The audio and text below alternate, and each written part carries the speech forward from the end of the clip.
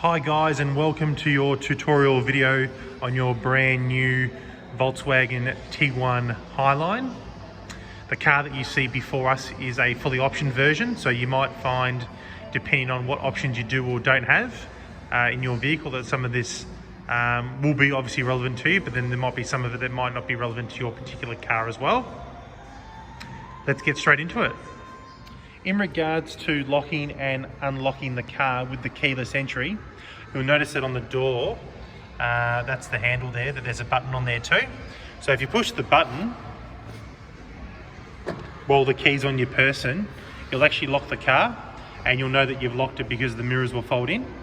If you wanted to unlock the car, again, as long as the key's on your person, just simply reach into the handle and pull the door open. You'll notice that mirrors fold out. So with your key fob, you've got three buttons on there: lock, unlock, and also tailgate release, button in the center. You'll also notice that the key has a jackknife, which actually helps you get into the door in case the battery runs flat on your key. To get into the actual car door, this cap just here comes right off, and then the actual key will actually just get inserted into the lock. Guys, from the back of the car, to release the actual tailgate, underneath the badge just here, there's a button. If you push that, it'll just come right up. And if you have a look on the bottom of the hatch too, this button here will also close it for you. You also have another option where you've got the kick open and close. So from where the badge is in the middle of the back of the car, if you just kick 1 foot to the right as shown, underneath, again, as long as the key's on you, you'll be able to do it that way as well. In regards to the kick close option, again, if you just kick 1 foot width to the right of the center of the car, once you've done it, you'll actually hear a beep, and a continuous beep. That means that the car's detected that you haven't left with the key yet from the back of the car. So once you actually walk away with the key, it will actually self-close as well. Handy for if your hands are full. Now, in the back of the car, this particular version that we're looking at is the all space. So the standard size 5-seater will look a little bit different in the back, but just give you a few pointers. In the back, if you wanted to release the second row of seats forward, you've actually got this lever just here that you can use. Your rear interior light also acts as a torch, so if you wanted to actually take it out and actually use it, you can. So it just pops right back in there too. You've also got a shopping bag hook that just pops out here as well. Now, in order to access your spare and your tools to do a tyre change, what you can do in the all space is, if you take out this here, and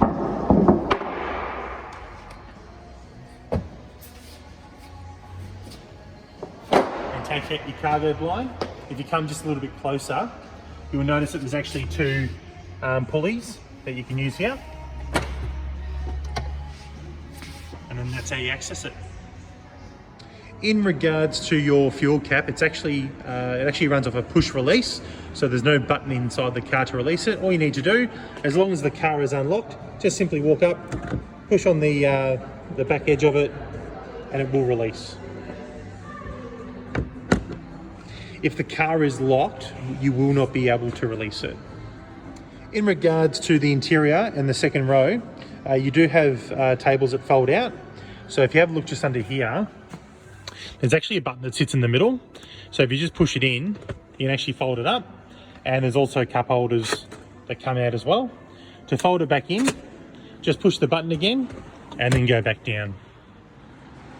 As we enter the interior, we just have a look at the door here. We have a few controls on there. So you've got your buttons for your central locking. You've got your window buttons here. There's also a window lockout button here. And this here controls your side mirrors. So if we just come in a little bit closer, so you'll notice that there's an L and there's an R. So what you can actually do is, if you actually turn it to the left or the right mirror, once you've done that, move it around like a joystick, like so you can adjust your side mirrors. There's also a logo down at the bottom right. This will turn on your demisting function for the side mirrors. And this one here will actually just manually fold the mirrors in for you too. The car can be set up so that when you actually lock the car, that the mirrors will fold in. Some people like that feature, some people don't. Your preference as the driver. You'll also notice too that there is a button to release the tailgate if you didn't want to use the key. Now for your seat adjustment, you do have controls located on the side of the seat, and there's also the buttons for the memory save function as well. So this one here controls your lumbar support for your lower back. This one here will actually move the seat portion at the bottom, so you can slide it forward, you can slide it back, you can also raise it and lower. This one here is for your actual back adjustment as well, so depending on where you would like that to be, you can adjust that as well. You can actually pre-program your seat positions with by hitting set once you've adjusted it, and then an appropriate number. To override, just readjust your seat and then push set one again. If somebody else has been driving your car and they've moved the seat, what you can actually do is with your profile save, you just jump back into the car and push the appropriate number that you saved to. If you hold it, it will take you back to its original position with your side mirror save as well. Now inside the cabin, this button here will control your headlights. You'll notice that at the moment it is set to automatic, so when it starts to get to dusk, they will turn on themselves as well. If you wanted to turn that feature off, or just turn the actual lights off themselves, you can just turn it back to off. You also have your parking lights as well, and then that's your manual mode for your headlights. Below the light switch, you do have a hidden storage compartment as well. To control your high beams, we're on the left stick, so if your headlights are actually engaged, what you can do, for high beam manual mode, you can just pull it up towards you. You'll notice that in the dash that you have a little icon that comes up to say that they're active. Okay. If you actually push the stick forward, this will actually activate your automatic high beams. So at night time, what will happen, if there's any cars that are in front of you, the car will automatically turn on and off the high beams. It'll only work if you can see that logo with the A symbol inside. Being that it is a European built car, your indicators are also on the left stick too, so indicating to the right, indicating to the left. Right stick, you do have your wipers. So the car does come with automatic rain sensing wipers. To engage it, just push it up to the first lock position. If you push it up further than that, then you'll just start off manual mode. The car also comes with paddle shifters if you wanted to drive the car in sports mode and have a bit of fun. So on the left, that's for your downshift, and on the right is your upshift. Or if you push and hold it in, it'll take it from manual mode back to just normal auto mode. The car does come with voice control. Now there's two parts to it. One, you have the Volkswagen operating system version. So if you push it here on the steering wheel, you'll notice it on the head unit in the center. It'll give you a list of commands with how you can interact and use it. If you're inside Apple CarPlay or Android Auto, it'll actually engage the virtual assistant. So for example, with Apple CarPlay, it'll engage with Siri, or if you're inside Android Auto, it'll start up the OK Google Assistant. Now also on the right side of the steering wheel, we have these arrow keys up and down, side to side, and an OK button, and also a view button too. Now being that this particular model is fully loaded and it does have the sound and vision package, we have the digital display that sits in front of us. Depending if you have this option or not, these controls will change what's displayed in either this screen, or if you have no sound and vision and you've just got the two instrument clusters with a smaller digital screen, it'll still use that function. So at the moment you can see that we've got the map displayed, and then we've got the appropriate gear and speedometer down bottom left and bottom right. So depending on what you actually push here, so let's just say for example I push to the right, you can actually change it off the map and change between your radio or your music settings, your telephone, you know, vehicle status, driving data. This is quite a good one. So you can have, like, say for example, your range until empty, but multiple options there. So what we might do, just to show you something, we'll just select our digital speedo in the middle. Now you'll notice that at the moment we've now got 2 that are coming up on the screen. What you can do now, if you push the actual view button here, if you have a watch, that's more of a sort of minimalist style. You can change it to give you more information on the screen, or you can actually change it back to a more traditional view. Okay, and then where it says park and speed in the center of the 2 clusters, you can actually change that further again. So via the head unit, if we click on menu, vehicle, settings, if we scroll down to instrument cluster, click on settings here. Now this screen will come up, and then you can actually change. We go to, like, say view 1 or 2 or 3. You'll now notice that what was sitting inside the instrument clusters is now changed. So if you wanted to, say for example, have your consumption on the left, have, say, your range until empty on the right, you can do it. Or if you wanted to just scroll through and select something else, so for example your driver assistance, you'll now notice that the screen's changed again. And if we go back to what we were talking about at the start, by pushing up and down, say for example in driving data, again, there's actually a lot that you can change here. Like even if you wanted to run the map like so, you can still do it. Change the style. It's really your preference as the driver, guys, how you would like to have that set up. Now if we take a look at the left side of the steering wheel, we have our controls for our adaptive cruise. You can tell because it's got the symbol here that can control the gap between you and the car that's in front. Res is for resume or restart. We have set, which can set the speed at which you're driving at. This button here is for on and off. This button here, if you have a look in the center screen, when I push it in, this will actually bring up a quick guide for all of your safety tech. So if you wanted to quickly turn something off, this is the quickest way to do it. And if you push the button again, it'll disappear. You'll notice that because we've got the driver assistance screen on the right side there at the moment, if I push the gap setter, you'll notice that it'll change with different white bars. So each bar actually represents 1 second of a gap that it's between you and the car that's in front. So if you wanted to be a bit safe, you'd probably want to leave it for either 2 seconds or 3 seconds. If you want a bit more of a distance, you can obviously set that right up to 5 seconds too. In regards to setting the actual speed, once you've set it, pushing plus and minus here on the silver button, if you have a look down the bottom where there's 3 dashes next to the kilometers, so that's me setting it to 30 and then 40 and 50. The silver buttons will increase or decrease by 10.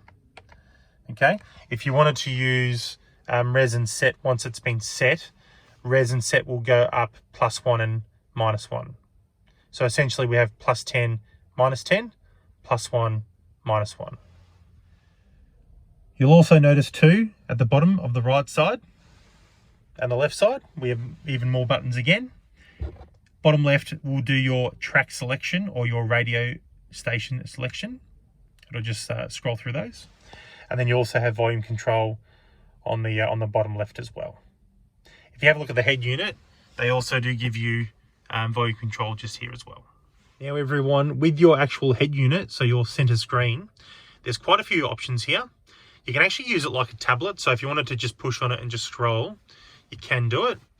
You've also got a little trick where it's got the gesture control. So if you hold your hand up to it and then just wave in front of it, you can also slide it that way too. You'll also notice that we've got, aside from the volume control, we've got 3 buttons here. The screen that we're looking at now is the menu feature, which is the first one. You can click on the home button as well, which will give you a few different items at the same time. So a bit of the satellite navigation, telephone, and also your music or your radio settings. And then the power button there will just turn the music on and off for you too. Now, we won't run through every menu and every sub menu. I'll just show you some of the main ones. So if we push on menu here, you can have a play around with your radio inside of the first feature. Now you'll notice that we've got some presets already shown coming up down the bottom there. Let's just say you wanted to have a different type of selection. So let's just say, for example, you wanted to listen to Fox, so 101.9.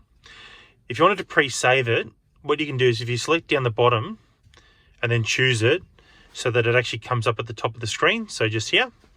Once you can see that, if you just push and hold the preset, once you hear the beep, that's how you can resave it. The next item that I'll show you is the media function. So with the Tiguan, there's a lot of different ways that you can play music into the car.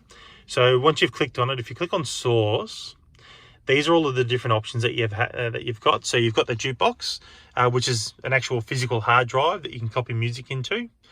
To copy music into it, you must plug in a device into, it's probably a bit hard to see, but there's actually USB ports located just under the air conditioning controls. So if you wanted to copy some music into the car, you can. We still run a CD player, so that's just located inside the glove box there. Same with your SD card slots 1 and 2. The USB connectivity is where I showed you before. BT audios for your Bluetooth audio, which is from, like, say, a mobile device. You can still plug in via an auxiliary jack, which again, I do apologise about the lighting being a bit terrible, but there's actually, you'll probably just be able to see the little bit there. That's where you can plug into. And then WLAN is actually the car's wireless connection, where if you have a rear passenger that wants to be a DJ, they can actually play music from a separate device on top of your own phone. Now, we'll talk about navigation next. So if you click on it, this is what it'll look like. Now, you'll notice too that while I've been talking, there were buttons that came up down the bottom, and now they've disappeared. If you hold your hand up to the screen, they'll actually become visible again. So it just gives you more screen when you're not holding your hand up to it. Now, with some of the options that we have down the bottom, we've got new destination. Okay, you can just hit do not show again for the tutorial. Now, you've got a few options here. You can either just start typing away with an address, but what I normally find the easiest way to do it, if you select that flag symbol up here and change it to enter step by step, what you can then do is enter in the town first, then the street, and then the number. And because it's all predictive, so for example, let's just say I wanted to type in Ringwood. So as I type it, it didn't let me finish because it's now giving me some options. So now if I wanted to select Ringwood, Melbourne, I can now type the street. So we'll say Maroondah Highway. So I don't need to, again, type out the whole street. I can then select it and then street number, and that's it. Away we go. You can also do this if you wanted to store it as one of your destinations, or if you want to go right ahead, just click on start. Now, if you wanted to pre-save your home address to the car, how you can do it, if you click on My Destinations, click on Home Address, and then down here, select address, and then just type it in like I showed you before. You'll also notice that if you click on View here, there are a few options there that you can choose from. Have a play around with that. If you click on Settings here too, you've got further options again, so you can do things where you can set up your fuel options so that if you wanted to only use BP as your service station, you can actually preset that as well. If you wanted to, say for example, choose your route options, you can also do that with tolls and motorways and such. You can even change with the announcements when it does or doesn't talk to you. If you're on a phone call, you're going to minimize, the car interrupting you while you're on the phone and things. So have a play around with it. Again, there's quite a few options there. You won't break anything. They even give you a waypoint mode where you can actually set multiple locations to actually travel to as well, which is quite handy. Any further questions on the navigation, don't hesitate to get in contact with us. If you wanted to remove the points of interest, so the blue icons off the map, what you can actually do, if you click on Settings, click on Map, and here where it says Show POIs, you can just untick that. Or if you did want to see them, select categories for POIs, you can actually choose what actually comes up on the map, but you can only have a maximum of, I believe it's 8. So if we just untick that now, you'll notice that it's a lot more clear when you look at it. The last thing I'll show you with the actual mapping system is it's very similar to a tablet. So what you can actually do, if you want to just put your finger on there and actually scroll around, you can do it. You can also pinch to zoom in, or do it the opposite direction to zoom out as well. If you lose sight of where you were and you need to recenter the map, you can just push the car symbol just here. To connect your telephone, select telephone. You'll notice that this screen comes up with a connection. So please find Volkswagen Bluetooth 5930. The 5930 is a unique number. It's actually the last 4 digits of your VIN number. And if you have a look at the next part, I'll show you how to do it on your phone.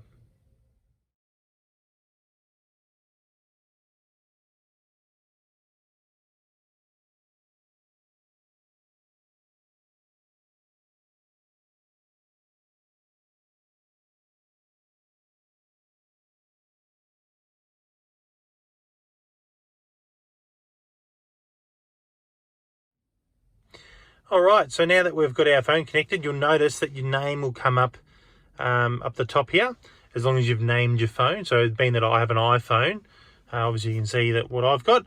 If you've got an Android, it might be called something different. It might be called Samsung, or it might be called your Samsung device, but that's when you'll know that it's connected. You can also see up on the screen here too, that your battery life and your phone reception comes up at the top, which is quite handy. Now, you've also got some presets that you can choose to use as well. So for example, let's just say I wanted to select one of my friends or family members. If you have a look here, there's a few options to choose from. So once we've done one, for example, I'll just use this one here. You'll notice that now it's actually saved as my first one.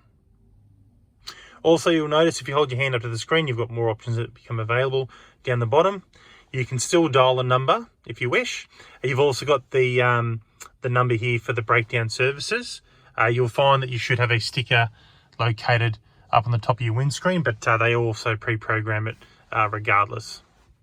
You've also got all your contacts down here, all your call histories here, and then there's also another settings option. So for example, with some people like to have their phone book organized by, say, first name as opposed to surname. So you can actually change it in here if you like. So the next thing we're going to run through is Apple CarPlay and Android Auto. Now, just bear in mind, when you click on App Connect, this screen will pop up if your device isn't plugged in. You'll notice that it does say, please connect a device via USB. Has to be plugged in. It will not work wirelessly, and that's for all of them.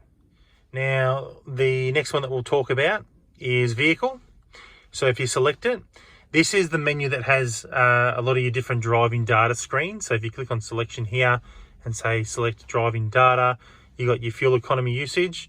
You'll notice that this one's out quite a bit because it is a new car, hasn't actually been driven yet, hence why it's so high.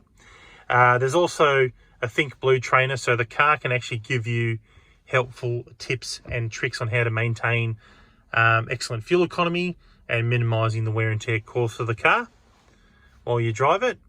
If you click on settings down here, this will give you a list of options where you can even customize the whole driving experience even further to your liking, and we'll run through those next. All right, so the first thing that we'll look at is the tires. So here with this particular car, it does have a tire pressure monitoring system. So what it actually does is it actually works off the rolling diameter of your tires. So if the car detects that your tires are starting to get a little bit low and that the rolling diameter of the wheel has changed, it'll actually let you know. You'll get a warning that pops up on your dash, and it'll let you know that you need to go pump them up. Once you've pumped up the tires, to reset at the new tire pressure, just push set and then push confirm there. Now, the next one that we'll talk about, again, we won't run through all of them, everyone, but we'll talk about the driver assistance setting. So this is where you can personalize a lot of the safety systems. So the first one being the adaptive cruise control.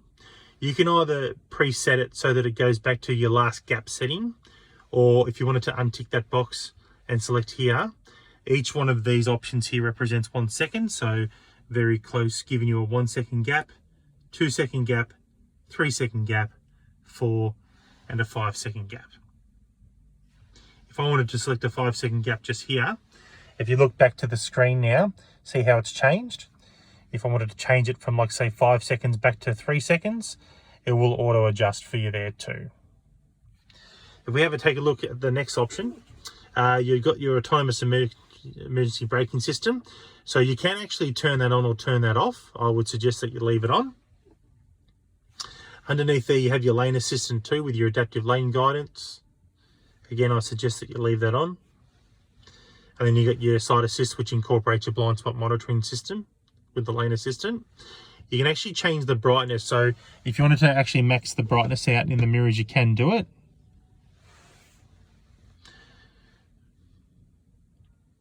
And you've also got your driver alert system. So the car does monitor your steering and your pedal input.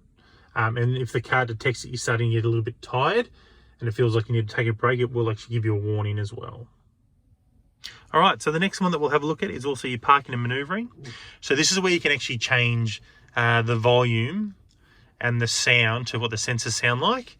And if you scroll down to the bottom, you've also got your maneuver braking and your rear traffic alert. They've both been ticked in this one, so just make sure that they're active as well.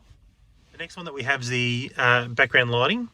So this is where you can actually change, if you select all areas, you can actually change how bright or how soft the ambient interior lighting is.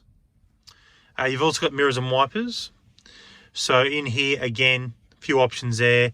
You can have the left side mirror, or the passenger side side mirror, I should say. You can actually have it lower while reversing the car, so that box has been ticked there. Here, if you wanted to tick or untick fold in when locking, so when you lock the car, they will fold in there, but if you untick that, that'll stop that from happening. And then you've got your boxes ticked for the wipers as well, for your automatic wiping in the rain, and the rear one will actually engage when you're in reverse gear too. Now next we'll click on opening and closing. Now there's a few different options here. So with window operation and where we've got convenience opening, if you push that to all windows, what you can do, using the key fob, if you wanted to push and hold lock or unlock for more than 5 seconds, you can essentially wind down or wind up all of the windows at once. So if you, for example, let's just say it's summertime and you wanted to air the car out before you jump into it, you can actually push and hold the unlock button for more than 5 seconds and drop all the windows down to let all the hot air release. It's the same as if, let's just say you wanted to lock the car and walk away, you've left a window down. Instead of going back to the car, you can just push and hold the lock button and it will wind up the window. This car is also set to where it says down here, lock automatically when driving. What you can essentially do, it's like an anti-intruder device. When you drive off, if it's ticked, the car will lock itself. Now, it won't lock you in. If you pull the door handle, you'll still be able to get out of the vehicle. The easy open option is for the kick open and close that I demonstrated earlier. The next one that we'll have a look at is the seats. So in here, there's an option where you can click on driver's seat for the access aid. What it essentially does, when you turn the car off to jump out, the driver's seat will actually back off a bit, just to give you more room to get in and out of the car. Instrument cluster we briefly touched on earlier. So again, if you wanted to change the active info display or the digital dash, you can click on settings just here. There's also extra options that you can tick for driving data that can come up. And if you wanted to reset the odometer as well, you can do it here. Next one, time and date. So if you ever need to change it, click on here. You can actually pair it up to the GPS. This button here is for when it's daylight savings time. So at the moment it isn't, so we'll just untick that.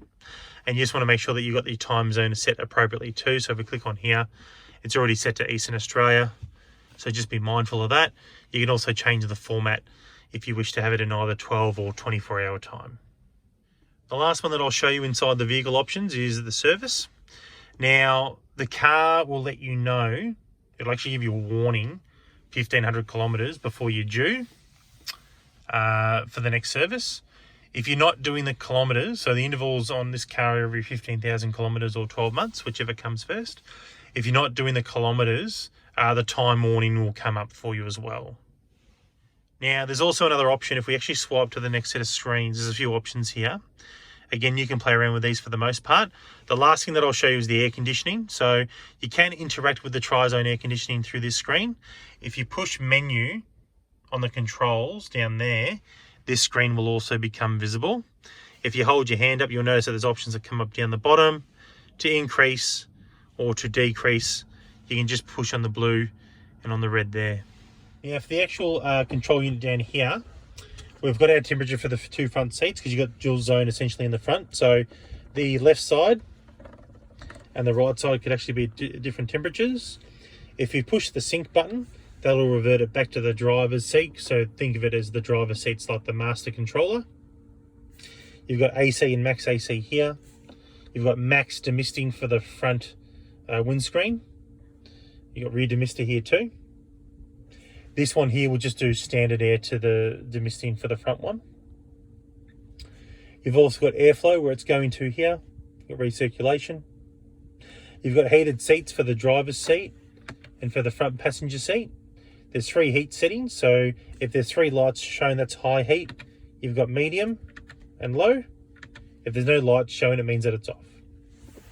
And the last one I'll show you too. Down here, there's a button that says rest. What that does, when you, say for example, stop the car, you turn the engine off. If you wanted to run the aircon inside the car for another 15 minutes, if you push rest, it'll reactivate it. Now around the gear stick, guys, we have your push button start, which is just here. So at the moment, we're in accessory mode. We're in accessory mode at the moment because I didn't have my foot on the brake when I pushed the button. If you put your foot on the brake and then engage the button, you'll start the car. To turn off the car, just push the button again. Now around the gear stick, we do have a few options on the left and the right hand side. So starting from the top left, you have your button here. This will disable the idle stop start technology if you push it. This button here is for the park assist. This one here, if you push it in, will actually engage your cameras up on the screen. If you put the car into reverse, your cameras will also be displayed. Now, the good thing with our system is if you actually select one of the cameras by using your finger, so you can actually look right around the car, as you can see. Once you've selected camera, you can actually use these other options on the right side as well for different angles. On the right side, you've got your handbrake or park brake, if you will. These are all electronic, so if your foot's on the brake, if you actually depress it, you'll release it. If you want to put it back on, just pull the button in an upwards direction. Below that, you also have a button for auto hold. So what it does, for example, if it's on, it'll glow. It'll stop you from rolling anywhere until you push the accelerator. So it's like think of it as like a hill start assist. Now down here, because we have our all-wheel drive system, we've got this dial with a button that's located in the center. So I'll talk about the dial first. So if you wanted to turn it, so there's actually like a snow mode that you can actually put it into. That's for your everyday driving. So you just your normal bitumen road. It'll give you some options there too. You do have an off-road mode, again, as you can see. And then there's also an individual one where you can actually personalize it too. When you've got it set to bitumen road, if you actually push the mode button in here, you'll notice that you can actually change between the different screens, or the different options, I should say. So have a play around with those. If you're curious to know what changes, you can actually just push on the eye symbol there and it'll actually show you what changes on the vehicle. Now, regarding sunroofs, for cars that have been fitted with sunroofs, your control unit's up here. So you've actually got 2 buttons. You've got this one, which controls the visor. This one will actually move the glass. If you ever need to release the bonnet, on the driver's position, the lever is located just right on the door, like so. Now, under the bonnet, the only 2 things that you really need to be concerned of, because everything else will be done through the service department. If you wanted to check the oil, the dipstick's just here in yellow. If you wanted to top up your wiper fluid or your windscreen wiper fluid, it's just here. Just release the cap, fill it up with some water and some car soap. Thanks for taking the time to watch the video, guys. Hope you really appreciate it. Don't forget to hit that like and subscribe button for future content, and we'll see you on the next one.